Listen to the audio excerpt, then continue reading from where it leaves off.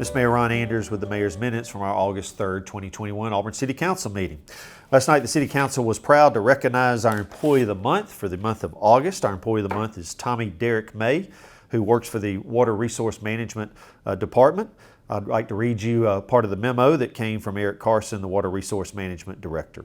During his time as the Collection Systems Supervisor, Derek has worked hard to make sure that several large in-house city sanitary sewer projects were completed on time and even ahead of schedule at a significant cost savings to the city. Derek has tackled each project head-on and willingly accepts the challenges that come with them. So I just want to thank Derek for his great and hard work. He's a great example of the type of employees we have here at the City of Auburn. They're working hard for our citizens, and congratulate him on being the Employee of the Month. We were also able to recognize a number of city employees for service awards anywhere from 5 to 20 years.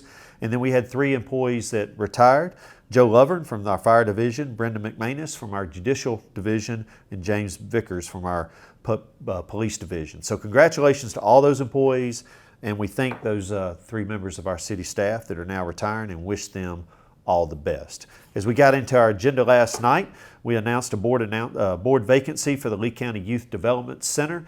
There's 1 vacancy, and we'll make that appointment at the first meeting in September, which is actually September the 7th. Under the consent agenda, we approved a retail beer and retail table wine license for the Auburn Candle Company that will be doing business at 147 North College Street. We changed the retail beer and the retail liquor license for the goalpost. There's a change of ownership there. Under concurrences, our Industrial Development Board had a financing for an improvement of a city-owned building. This is at 2175 Pumphrey Avenue. We'll be investing $1.1 million in creating almost 6,800 square feet of additional space in this building. And we also improved a package of incentives for an expansion for Wheel Pros Manufacturing. Wheel Pros is located at 979 West Veterans Boulevard in Auburn. They're adding about 12,000 square feet to their plant and investing almost $2 million. And we appreciate Wheel Pros expanding their company here in our city, and we're glad to have them in Auburn. We also approved the Rebuild Alabama Act. We adopted the transportation plan at our City Council meeting. This is the money that comes to the City of Auburn through the gas tax that the state of Alabama approved a couple of years ago, and we have to demonstrate that we have active projects to utilize that money for, and so the City Council approved that last night as well. Under contracts and agreements, we approved a contract with Dell Marketing for $27,000 to extend support on 2 Dell data protection appliances. This is for data backup and to recovery of our infrastructure.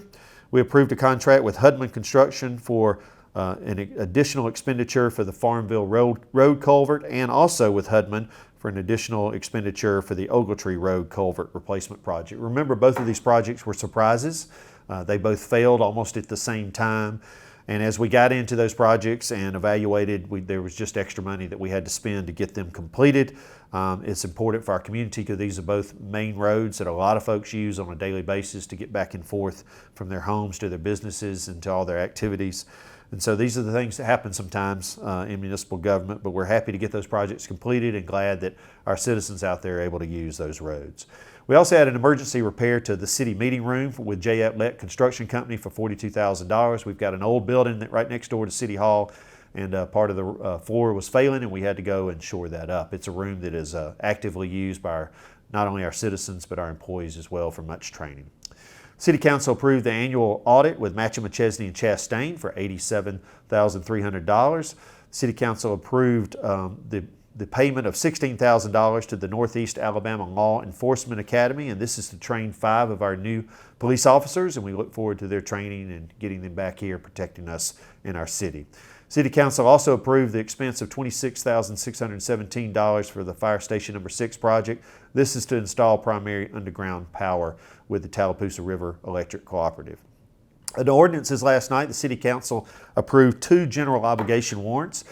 We authorized the issuance of one warrant for $17.9 million, and this is for the Auburn City Schools, for the new elementary school that is being built on Farmville, and a rehabilitation project for the East Sanford School, which is Auburn's original school building that has served Auburn for many, many years now.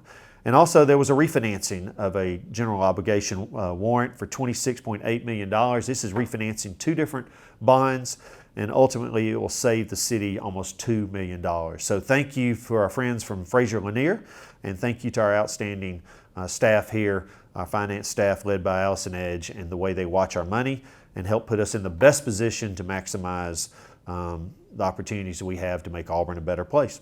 City Council spent a lot of time last night, most of our time in fact, listening to the concerns of citizens of our community, specifically parents of students that will be attending Auburn City Schools beginning next week.